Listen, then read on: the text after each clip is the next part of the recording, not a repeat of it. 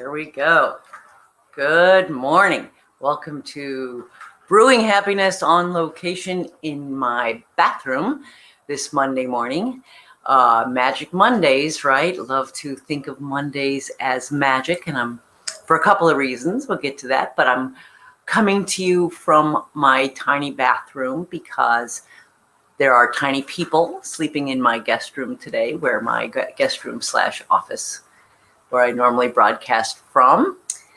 And for some reason at this time of the year, the sun is merciless in the back of my house, which is all windows. So scooting around to find a place that was private, could close the door and provided good light, ended me up here in front of my bathroom. So that's where we're going to record from today. That's okay. Doesn't that sound like fun? It's a beautiful little bathroom. So yeah. Oh, you don't want you to. I'm going to turn it. I don't want you to see. You don't need to see that part of the bathroom, right? That part's not necessary for today. So Magic Monday. Welcome to Monday. And we're going to talk magic a little bit today. I always think of Mondays as magic because I think of new beginnings as magical, right? The first day of school, full of fear. You have those dreams the night before of showing up to school in your underwear. I don't know, maybe that's just me. But still something in spite of that, still something magical about the possibility of new beginnings. And Monday, every week, we get that possibility of new beginnings. Sure, it's scary. You slough off the weekend and the safety net of business not being transacted, and you don't have to deal with things. And mostly our weekends are dedicated to the pursuit of pleasures and family, cooking, getting together. Anyway, I'm getting off the topic that Mondays can be magic because they are the start of the new week, where we get things done, where we focus on our live streams and moving forward and maybe just getting through the week. But anyway, Monday is a brand new week, and that is magical to me. And that's what we're talking about today. Good morning, Debbie. That's what we're talking about today is magic. Now, scientist Dean Radin wrote a book called The Unconscious Mind, or The Unconscious Universe, sorry. And he is a scientist at the Center for Noetic Science in Phoenix, Arizona. Okay. Noetic science is a science dedicated to conscious thought. Oh, I'm lost. I lost my place. Hold on. I'm going to check my notes here for a second. Noetic science. I can't remember. It's the science of consciousness and healing and the power of our minds, basically, is what noetic science. I lost what I actually wrote down. But anyway, Dr. Dean Radin says magic is our natural reality. That things like ESP and telepathy, even what is it called? Kinesis, moving things with our minds. These are all very real and very possible, and just a matter of focus. In fact, the U.S. government had a program, I don't know if they still have it, called Stargate, where they studied the power of the human mind. And what was considered magic, or in the realms of magic in the past, historically, we kind of assigned magic to explain all kinds of phenomena that I didn't understand. And eventually, what was considered magic became science, right? Germs and flying and machines and all that were considered fantasy and magic in certain periods of time. And then now they're part of our everyday reality, right? We're all familiar with the magic words, abracadabra, alakazam, hocus pocus. Magic's been around forever. The oldest magician was considered to be named Dedi back in 2700 BC in ancient Egypt. And he performed sleight of hand magic tricks. Then there was, in ancient Rome, balls and cups, right? The balls and cups sleight of hand. You've seen it. The guy puts the ball under the cup, move them around a little bit, and you fantastically watch as things disappear and move around, right? This was happening back in ancient Rome. So magic has been around for a very, very long time.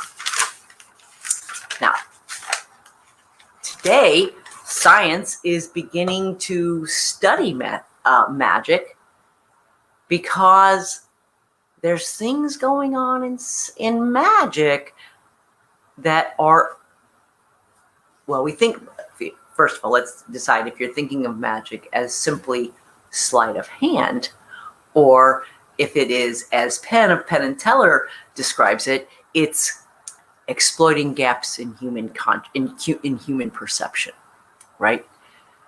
The sleight of hand and the tricks used by magicians is being studied now in science, because the truth is science is learning a lot from magic. As it turns out, there may not a lot that science is teaching the magicians, but the magicians are teaching the scientists, right? The truth is we take reality for granted, right? We have a tendency to think and believe that which we can see, feel, touch, hear, taste is real, and everything else is magic, right? But the truth is there is reality beyond our senses, and the fact is our senses aren't always reliable. See, our brain, things are moving at us so quickly as human beings in the world today. There is so much input flying around us all the time, and we are being forced to make instantaneous decisions and judgments about everything. So our brain takes little shortcuts, right? Our brain uses what it's known from the past, our experiences, our ability to predict based on patterns what's going to happen next. And so we see something, we see the end, and we kind of fill in the middle for ourselves because our brain says, we gotta figure this out before we actually have time to stop and work through the steps of perceptions, right? So a study at the Barrow Neurological Institute. I'm so sorry. This is what went from Phoenix, Arizona. The Noetic Institute's actually in California. My apologies. But a study they're studying the neuroscience of magic. This is exciting stuff, folks. And what they found out is they're calling it Magicology. I want to go study Magicology, right? Because we're moving past the sleight of hand to understand how this is working in our brain.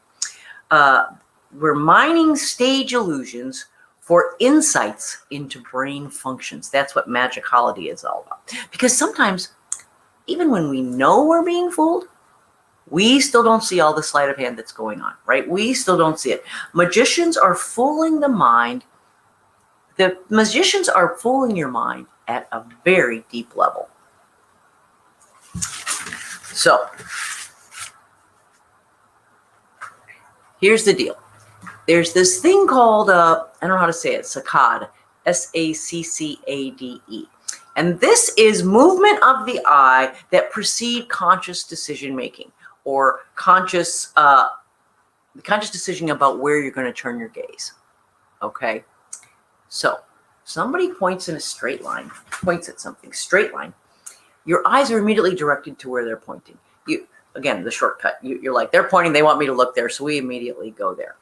Now, when the magician moves his hand in an arc, what we discovered is when your hand moves in an arc like this, well, there's no place to look to. The hand's not going anywhere, right? So we watch the hand. Instead of watching the destination, we watch the hand. And as we're watching this hand, who knows what the other hand is doing? The basis of magic, right? The eyes are quicker than the hands. That is the saying that goes. And this is called a pursuit system. When we point at something and we look to where you're pointing, or we look at the destination, that's a pursuit system. Hand moving in a semicircle, like I said, is not, I'm not sure what that system's called, but pretty interesting. Try that next time you want to hide something from somebody. Make a motion like this and see if you don't distract them to put something in your pocket, or whatever sleight of hand you're trying to achieve, right? Oh, time for a sip of coffee. Good. So, magic. Why do we love magic? said, been around forever. And who doesn't love magic? Everybody loves magic. Well, why do we? Well, we like to suspend reality, right? Our lives are serious business. Our lives are full of serious responsibilities, decisions, headaches, troubles, right? Who doesn't love to suspend that reality for just a minute? And in that suspended reality, as we watch things we can't explain, we feel hopeful. We feel optimistic that things will always work out. There's always a way to make things happen. Everything happens for a purpose, right? We are attracted to things we can't explain. For some reason, I mean, look at a baby. A baby loves to play a game of peekaboo. A baby will play a game of peekaboo for hours. Why? Because we love what we don't know. We love what we can't explain, right? And when we can't explain it, when we find something that happens and we can't explain it, we're a little scared, but we're also a little thrilled. Remember, part of the scared emotion is a thrill. This is why we go on roller coasters, right? So we love the thrill of not knowing exactly what's going on. We love the feeling of wonder. Who doesn't stare at a sunset or an ocean wave crashing, right? And feel a little bit of sense of awe and wonder. And we get that from magic, awe and wonder. How did this happen? I don't know. How did this happen? And so we get to participate in that wonder by watching magicians or watching things we can't understand. And then again, and you know, our interest, our amazement, our enthralled with magic kind of ends when you learn the trick. When you know what's happening, you're like, meh, right? It's just some interesting movements. We love the thrill of not knowing. We love to be fooled. We love the magic. Magic's part of life. Come on, magic is all part of our life. The magic of birth, miracle of life, right? Why do we just get all dreamy when you smell baby smell? Yeah, magic. Why do we stop and watch a sunset? Magic. Why do we love a piece of apple pie with a warm apple pie with a crumb top and some creamy vanilla ice cream sitting on top of it? Magic. You know, falling in love. Magic. Things we can't explain. All called magic. Magic reminds us of innocence. It reminds us of being a child. It reminds us of a time when we didn't know everything. We didn't know anything. So everything was magic. Think of when you were a small child. Wearing your mom's lipstick. Magic, right? Everything's magic when you're small and can't explain things. It's an escape from reality. You know, our belief in magic. Our belief in magic makes us kind of start to feel comfortable with the unknown. It's okay if we don't know. It happened. We saw it. It must be real. It's okay if we don't know what happens. We don't need to know. I say all the time, I don't know how my TV works. I still enjoy Netflix, right? But magical thinking is ingrained in us as human beings, right? Because we have this default position, everything happens for a reason. So magic, when we can't explain it, we kind of just put it into that, I don't understand it, but everything happens for a reason. So I know that there's an explanation is going to be coming to me, or that the explanation is not important to me. It's just, we like to rationalize. We like to put things, and we like to have everything wrapped up in a nice, neat little bow, right? We want to be able to explain it. And so when we do magic, or when we're looking at magic and we can't understand it, we think, everything happens for a reason. The magician knows what he's doing. I'm sure there's an explanation, and we have the ability to wrap it all up. Now, some thought in the olden days, let's say magic has been around, and we put magic in our lives, right? We infuse things with magic. You would so much, let's say you want to let's say your man has gone on a trip, right? And he's gone and you miss him, so you wear his shirt for a little while. It's a little magic, a little bit of him that's there with you in the form of that shirt. And in fact, there are some theories that back in the day, back in the ancient times, how we perceived things, whether we felt attracted to them or repelled by them, was our innate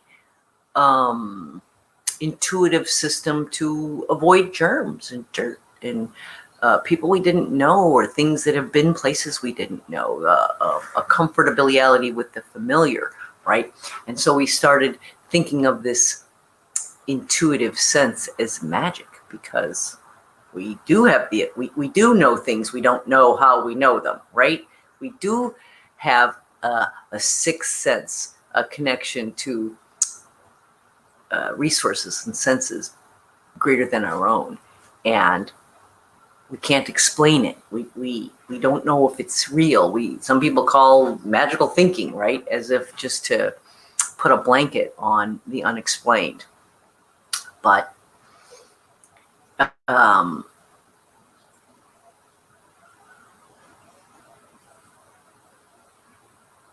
we have magic in our lives, and we create it sometimes with our very thoughts, right? It's mind power. We have this idea that A happens before B, therefore A must have somehow caused B. And so we assign some very big power to our thoughts. So I'm standing in front of a soccer ball, I've moved my leg, I touch the ball, and the ball moves. I go, oh, I kicked the ball, that's why it moved, right? And then I think someone I think of someone I'm unhappy about, and I wish they would get sick, and then they do. And all of a sudden I think, oh, maybe those thoughts, did they control that, right? A must cause B. We are always looking for connections. Our brain is always looking for ways to explain things. And therefore, sometimes we create connections that don't exist, but maybe they do. We've had magical thinking around a long time. We knock on wood to prevent something we've just mentioned from happening, right? We wear a lucky piece of clothing. When you go to Las Vegas, maybe you got a lucky shirt that you always win in, or a lucky outfit that makes you feel confident, right? Or bad luck. Bad luck is considered kind of magic, right? Crossing the path of a black cat, walking under a ladder, breaking a mirror. Those are all superstitions that have their basis in what you might call magical thinking, right? So the truth is that magic has been around and is part of our lives. And at one time it was called the art. Magic was called the art, right? And in many ways, magic is an art. Creating illusions, playing with the way we perceive things. I mean, art is about creating emotion and touching your heart through words and pictures or actions, right? Art can be a lot of things. But look at the language of magic. So you have what's called the Grimier, right, which is the language of magic. Just a fancy way of saying grammar, right? A spell, where you're spelling out how to do something, right? It's like a formula. You're spelling out how to do that. You cast a spell. Magic has been it is involved or is ingrained in the lexicon of our language. And thinking about magic, engaging in these kinds of thoughts, wondering how it works or accepting that it doesn't work, right? That gives us comfort and confidence and some optimism, all of some of the effects of believing in magic. So going back to magic is the art, right? The art of manipulating symbols, words, and images to achieve a change in consciousness is the official explanation. Well, that sounds like art today, right? Who are the artists? Who are the artists of today, or who are the magics of today? Maybe, sure, there's Penn and Teller and David Copperfield and Chris Angel and all those guys are using technology to move those illusions past the sleight of hand of your cigarette or a ball in your hand to moving the Empire State Building. I don't know, craziness. But another way to look at artists of today, or magic of today, is writers, right? Writers and artists, and let's move that into television production or movies and media. And they're kind of the ones that are creating the magic today, right? Creating illusions, changing our perception through shifts, through manipulating words and images. It's kind of like magic, right? How we can all change our thinking because of what we've seen repeated on television. It's kind of a magical phenomenon. But if you go back to ancient times, think of this. Back in the ancient times, all culture started with the cult. All the power in ancient civilizations was held by the shamans. The shamans and the religious leaders who dictated when to plant the crops and when things would happen and how and explained how things happened and interpreted the unknown for us, right? Those are the shamans. They owned it all. Well, today, advertising, right?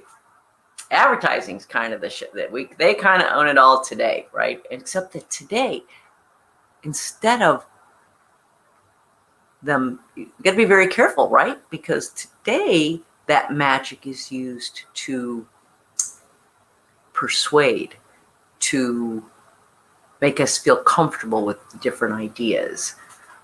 It is not there to wake us up and bring us to a new reality. It is to hide reality from us, make us comfortable in a made-up world so that the reality of our lives, our brains, our relationship to the divine, our power as humans is hidden from us, right? They want to put everything into that magical world that says, we're going to tell you, you don't need to know how this works. Don't pay attention to this. Don't pay attention to what's going on over here. I'll tell you what you need to know. So advertising, media, messaging, kind of a form of magic. Now, I say this without trying to minimize. Debbie says, I'm sorry, everything's too far away from me this morning. I bring my lucky rock to the casinos. Of course you do, because you've infused it with magic, right? Your belief in the rock is magic. So anyway, I don't want to take away from real magic because magic exists in our lives all around us. And my explanation or my comparison to media and messaging and that just to help you think and expand your mind to think of what you think of as magic, right? Is what we think of in the terms of magic. But you know magic is real. The phone rings and you know who it is, right? You take a little pile of tincture and a brush and a little water and all of a sudden create a beautiful painting that invokes deep feelings of emotion. That's magic. That's right. A baby cries and his nursing mother's breast starts to lactate just at the sound of his voice. That's magic. That's magic in our lives, all around us. Now, a lot of very smart and respected folk believed in magic. Galileo, who is considered the paragon of rationality, moved the world from a Earth-centric view to a heliocentric view that the sun was the center of the universe, not the Earth, through lots of controversy, right?